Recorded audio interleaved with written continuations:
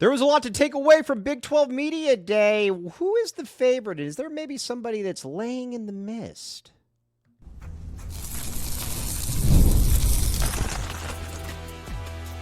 You are Locked On Wildcats, your daily podcast on the Arizona Wildcats. Part of the Locked On Podcast Network, your team every day. Thanks for keeping it locked on Wildcats and making this your first listen of the day. This show is brought to you today by Monarch Money. Take control of your finances with Monarch Money. Go to Locked On College at monarchmoney.com for 50% off your first year. Locked on, your team every day. All right, now, Big 12 Media Day. Now, Arizona is obviously in its second year in the Big 12. The first year did not go as swimmingly as I think some people were probably hoping that it would, but that doesn't mean anything because it is a new year. So let's talk about some of the things, too, that we need to look at when we're talking about this new year for Arizona football. But first, we're going to talk about some of the teams in the conference that are probably the favorites, who's going to win, what exactly is the case. My pick to win the conference is Kansas State. I think Kansas State is the best team in the conference. I think they are best equipped top to bottom. Now, we're going to get to some of the other teams, but what do I like about Kansas State? Well, I'm not as big a fan of Avery Johnson as some other folks are, but Avery Johnson is clearly very good. And I think that's, when you look at Avery Johnson, that, that's a guy that can make some plays. Obviously, he's got great wheels.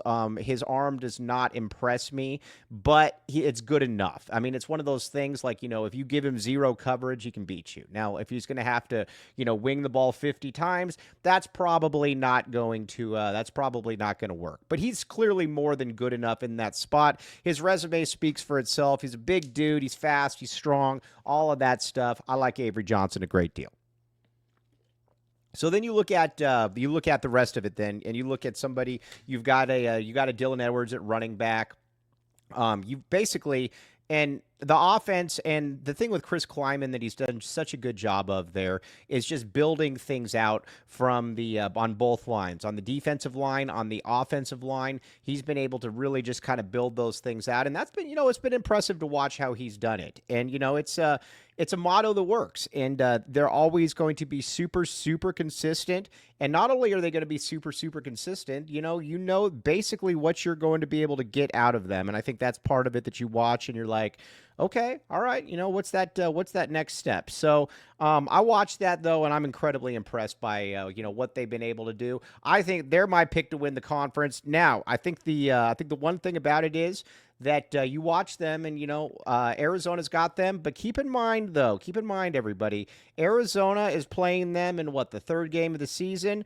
But at the same time, this is also a game that doesn't count towards the conference. So that's something that's good for Arizona. We will take that. And we will run with that every single day of the week. Because if they lose, it still has no bearing on the conference schedule. Arizona's probably going to lose that game. But Arizona's probably going to be 2-1 at that, or 2-0 at that point. That doesn't mean that they won't be 2-1. But Kansas State is my pick. I think that Kansas State is my pick, and I think that Chris Kleiman's going to be coach of the year. I think he's just done a really, really good job at Kansas State. Excited to watch just kind of, how this transpires, how everything goes there, but they're obviously in a really, really good spot. Now, another team, too, that's going to be really, really interesting in all of this is Iowa State, the team that Arizona's got fourth on the schedule. All right, so Arizona's going to Ames. Matt Campbell, the coach there, has done a really, really good job. Listen, Iowa State's not an easy place to win, and he's done, like I said, he's done a fairly good job at it. What I like about what he's done, though, is just kind of the consistency. Now, listen, there's going to be some up and down seasons, but generally, you know what you're going to get. You're going to get well thought out football. You're going to get a solid football program. And again, in somebody, you got a quarterback, a young dynamic quarterback as well from the state. Like I said, there's a lot to like about, what they can bring to the table. I like I said, I'm a big fan of what Matt Campbell has done there, and I think that Matt Campbell can continue to do that. I would imagine he's going to get poached by somebody else here soon, but that's going to be a tough loss or a tough game for Arizona. Probably a loss going to Ames, Iowa, but who knows? Maybe it won't be. Okay, now let's talk about the elephant in the room. That's ASU. Now, listen, I know I get beat up a lot. I like Dilly. Dilly's a good coach and he's a good dude. If you're ASU, that's exactly what you wanted. From him when he took over. You wanted somebody that was going to invigorate you. You wanted somebody that was going to leave no stone unturned, and he's done that. And if you look at last year's team, the thing that was so impressive about what they were able to do was they were able to be solid on both sides of the ball through the portal. That was, I think, something that a lot of people didn't necessarily foresee happening. I mean, you look up and down on that two deep, they hit on almost everybody in the portal, whether that was Levitt, whether that was Scadaboo, whether that was Tyson, whether that was tight end. You look at on the defensive side, Keyshawn Elliott, ex-Alford. I mean, he hit the ball out of the park in the portal. And, he made waves when he was talking at the conference media day about how the most important thing is retention. I get all that. You got to be able to get players as well.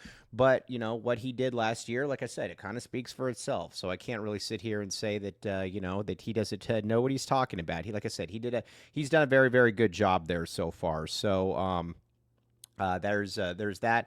I am going to be curious to see. We're going to find out pretty quickly how good is Sam Levitt, because you lose Cam Scadaboo. Cam Scadaboo was he was a monster. Cam Scadaboo was the dude that, it was basically give the ball to Scat, whether that he was going to be catching the ball, whether he was going to be running the ball, whatever the case may be, get the ball to Scat and get out of the way because he's going to take that one to the house, and he did that from a pass receiving perspective as well. So again, there was, like I said, there's a lot to like about what he could do.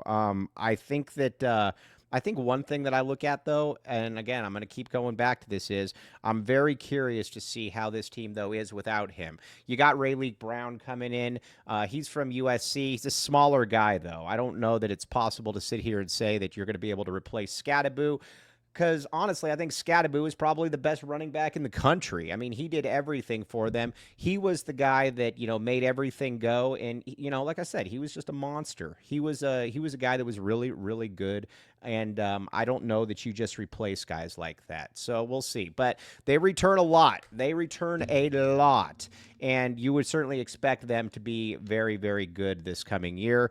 We'll see, though, because one thing about ASU, though, is that it's a lot like Arizona in this regard, and that they've never really been able to string together good seasons in a row, consecutive seasons in a row. I don't care about Frank Kush or anything like that. I know somebody will probably bring up Frank Kush. Don't care. That's something that, like I said, that's always been kind of an issue for them. And again, it also just kind of shows you, too, that it's not really a football school per se. They've got some talent. I mean, they've got some, they put a lot of dudes in the NFL. They put a lot of guys. But again, it's not really a football school. I think they finished, since 2000, ranked 5 times or something like that. That's not a football school. But again, Dillingham is awesome. He's really good, and they've got some NFL players on that team. Jordan Tyson is obviously a stud. They got him out of Colorado.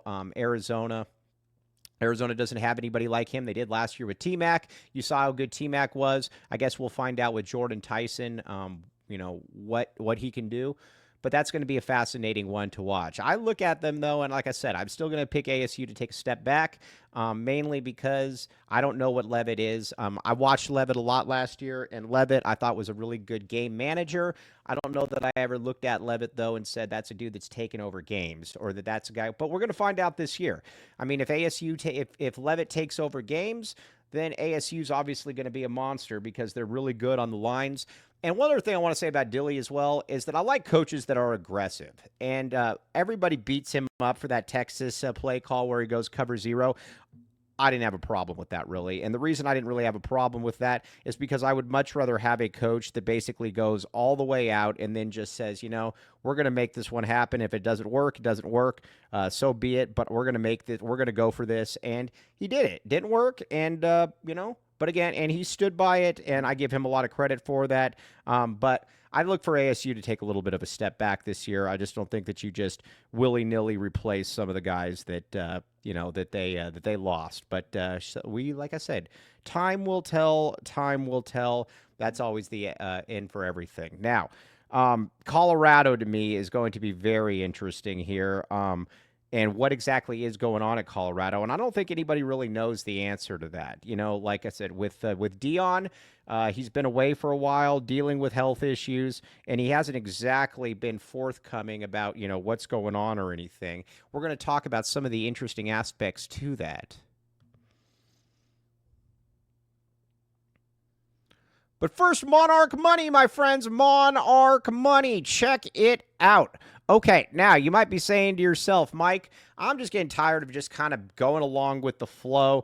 Monarch Money is where it's at. You can you look at your bank account and you're like, all right, what the heck's going on there? Between dining out, online shopping, and entertainment, it's easy to lose track. That's where Monarch Money comes in. Your personal CFO giving you full visibility and control over your finances. The cool thing, too, is that you get surprising insights. When I started using Monarch, I realized just how much money I was spending on food delivery. This can help you plot that out. This can help you look at it and say, Mike, you don't need to be doing all that. You also got an all-in-one convenience factor. And instead of juggling apps, you can use Monarch to check your finances, track spending, and even plan long-term goals. Take control of your finances with Monarch Money. Use code LOCKEDONCollege at monarchmoney.com for 50% off your first year. That's monarchmoney.com, code LOCKEDONCollege for half off your first year. A lot of people are using this, and a lot of people are saving money with it. Check it out, Monarch Money.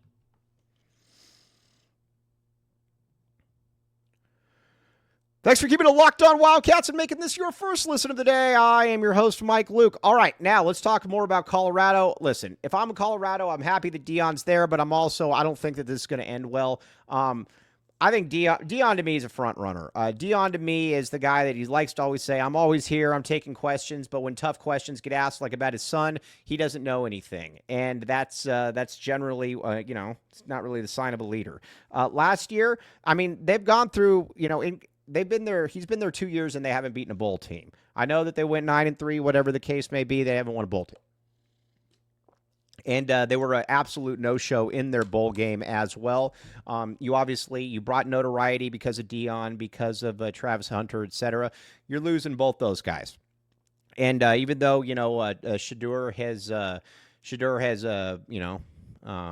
he's moved on to the NFL. I don't buy Julian Lewis, and maybe Caden Salter, but I don't buy Julian Lewis. I think he's one of those kids who was basically really good as a seventh grader, and I'm not sure that he got much better. He's small. I watch him, and I think there's going to be a lot of hype there. I think the wide receiver spot is going to be good, but I just look at it though, and I just don't see this team being as good. I think this is about a 7-6 win team. They'll get a lot of eyeballs. They'll get a lot of you're not ready for us type stuff, and then you go out and you just lay eggs. And I think that's what's going to happen with Colorado. Honestly, I just don't think that there's a lot of intestinal fortitude in that program.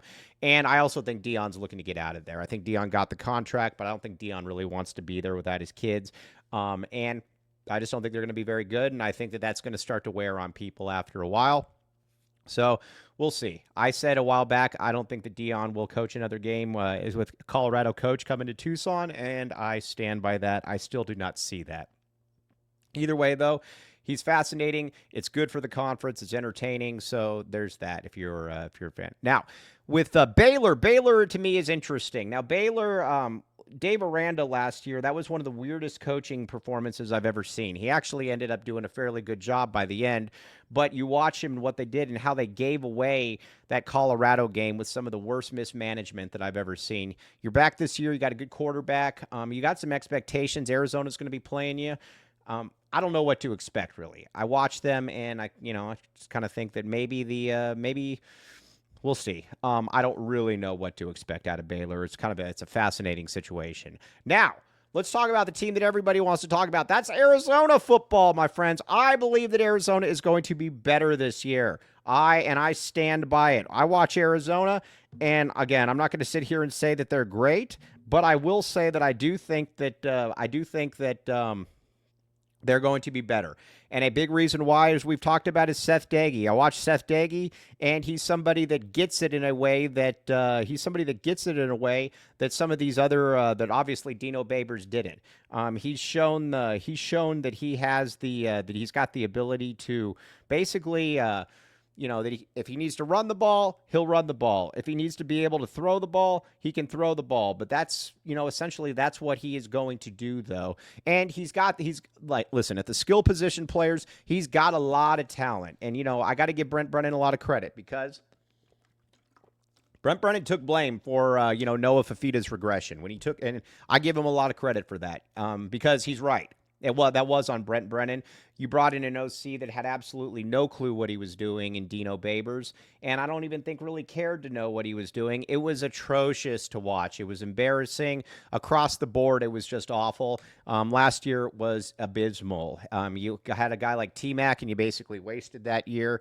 Now, listen, some things happen that you can't really control, like a Ja'Cory Krosky-Merritt being ineligible. He would have been a difference maker, but if you had a real OC last year, I think Arizona can win 6 games. Now, again, that's not good. I get all that, but it's still better than 4-8 and what we saw. This year, it's going to be. This year is going to be different for Arizona, in that you've got a real OC, and I think that Noah Fifita is going to take a step forward. I like the wide receivers. I like all the skill position guys. I think the skill position guys are good. It's just so much else. It's on that O line and and I like, when I watch it, I just look at it and I'm just like, okay, I just don't see where that's really, where that's really going to be. The offensive line, though, that's going to be, people keep talking about Ty Buchanan and how important Ty Buchanan's going to be. I'll quote my guy, Portland Timbers. That does worry me a little bit because we got a lot of film on Ty Buchanan and he's just been kind of meh. So, there's obviously that. That to me is going to be the key for the entire team. The defense, like we talked about, I just need the defense not to suck. If the defense doesn't suck, and they're just kind of middle of the pack, then I think Arizona has a potential to go to a bowl game. It's but that's going to have to be the case. That's going to have to happen. So, like I said, we shall see. But I do like what I see out of the skill guys. Defensively, I have no clue what to expect. But like I said, I'm going with the 6-6. I'm going with 6-6. And if they get into a bowl, then I think that everybody should be really, really happy about that. If you could finish around 8th in the conference, I think you take that because then you got some upward mobility. Then you start saying, okay, now what do we need to do to be able to get to that next step? What can we do after that? What can we do after that? What can we do after that?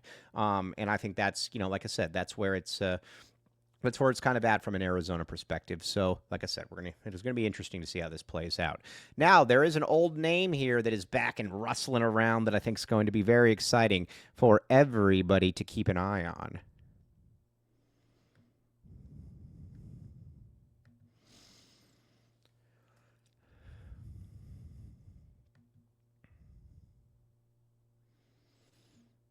Thanks for keeping it locked on Wildcats and making this your first listen of the day. I'm your host, Mike Luke. All right, now let's talk a little bit about where we are then with West Virginia. I love Rich Rod. Rich Rod is awesome. I wish the Rich Rod was still here. Never thought Rich Rod should be fired, but, he's gone on. He's at West Virginia now, and I think he's going to kill it at West Virginia. I just don't think he's going to kill it this year. That's the thing that I think you need to look at. I don't think he's going to kill it this year. Mainly because there's nobody on the roster. But I do think in a couple years, he's going to have West Virginia competing for Big 12 championships. I think he's that kind of coach. I also think, too, that he's learned a little bit. When he was at Arizona, I think that he thought that, hey, guys, guess what? I just need to out-scheme people and I'll be good. Well, there's a lot more to it than, you have to have good players at the end of the day. You can't have 11 guys that look like me, no matter how good a coach you are, and then say, hey, we're going to make this one work. It's not really how that goes. So there's that. But I think Rich Rod is good for college football. Rich Rod is good for the conference. And Rich Rod overall is just fun. I mean, there's a lot of fun, bringing in somebody like Rich Rod to see what he can do. I just think it's going to take a year. Now, there's also some other teams in the conference. There's a lot of just kind of meh teams as well. I mean, you look at it, Cincinnati, meh. Houston, meh. Texas Tech, Arizona could have easily beaten Texas Tech last season, easily. And, they didn't have a real offensive coordinator, obviously. I could see that. I could see Arizona switching that one. I could see Arizona, but there's a lot of winnable games. There's 2 games on the schedule that I just look at and I said there's no chance that Arizona can win that. The first game, obviously, is Kansas State. I don't see Arizona winning that. I think that's an awful matchup for Arizona. And not only is that one, then I also look at the team. I look at a team like, Iowa State on the road. I don't really give Arizona any chance of that. Arizona State, who knows? Here's the thing. Arizona State's obviously better, but this is also a rivalry game. I've seen teams with bigger talent disparities, go in there and win. So that's, like I said, that's I don't really know that that's going to be I don't know that that's really going to be anything for Arizona when it comes to that. But so now the next thing is what to expect. What does Brent Brennan need to do? In my opinion, Brent Brennan needs to win at least 5 games. That's my bare minimum, win 5 games. But I also want it to look better than what I watched last year. Last year, it was just painful to watch because it was boring and it was awful to watch. There was no seriousness to it, and that's I don't want that to happen again. I don't ask for a lot. But I don't want that, like I said, I don't want that one to happen again. Like I said, that was just tough. That was really, really tough to watch last year. So we're going to have to see how that one plays. But it should be interesting. Now, as far as, what is Arizona's ceiling? I think Arizona's ceiling is probably 7-5. You win 7 games, then Brent Brennan absolutely deserves a 3rd year based off, what he's done this offseason, everything. If you win 4 games, I got to move on. It just is what it is. You inherited a program, and if you have 2 straight 4-win seasons, I don't know that I look at it and say that there's going to be a lot of upward mobility. I just don't think that's the case. So that's what I need out of Arizona. 5 wins minimum, and a chance to possibly go into a bowl if you beat ASU. I don't expect Arizona to beat ASU, but who knows? Weirder things have happened in that realm, so we'll see. But that's what I'm looking for. That's what I need. And if that's the case, then Arizona, I think will be interesting. From a recruiting perspective, I got to give Brent Brennan a lot of credit. I think he's done a pretty good job here, and I think you're looking at about a top 40 class coming in. Also, I want to give a massive shout out to Brett Yormark, the Big 12 commissioner. The guy gets it. There's certain people in life that just kind of get it. Brett Yormark is one of those guys that just gets it. You watch him, he's dynamic. He knows what he wants. And, you watch a difference between him and Kliavkoff, where Kliavkoff was basically just kind of Kliavkoff was just a lot of hot air. He wasn't a serious person. You watch Brett Yormark and what he's been able to do and about how he basically ran circles around the Pac-12 to get the teams, the Corner 4 schools that he wanted. He knows that he's got probably the best basketball conference in the United States. Now he needs to, with football, I think he wants multiple teams in the college football playoffs. And I think he can look there and he can say, listen, ASU was very competitive against ASU was very competitive against Texas, so, there's that. Now, a couple teams that we didn't really talk a ton about. Utah, to me, is very interesting because Devin Dampier is really good. He is a massive upgrade from Cam Rising. That is like going from Trey Townsend to Koa Pete. It is a huge difference. BYU is going to be interesting because I thought they were in position to possibly win the Big 12. They obviously, their quarterback is gone, but they still are incredibly solid on the defensive and offensive line. And Kalani Sitake is obviously a good coach. So I think those are some things that you got to look at and you got to really kind of take into account. Both those teams are going to be very fascinating to watch as well. But overall, though, like I said, Arizona is in a spot to be able to make some moves. The Big 12 solid, but like I said, this isn't like you're in the SEC where there's like 8 games where you're like, oh, we have no chance in that. Arizona's going to have a chance to be able to win some games, and like I said, I'm picking Kansas State to win it, but like I said, I want Arizona to be competitive, and I don't see any reason why Arizona can't be competitive. And like I said, it'll be interesting. Time will tell. As the great Lamont Lovett says, time will always tell.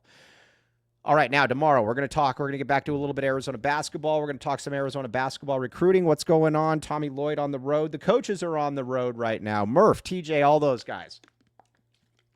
They're on the road recruiting, and it's going to be fun to talk about that. But like I said, wanted to have a pretty heavy football week, and we've done exactly that.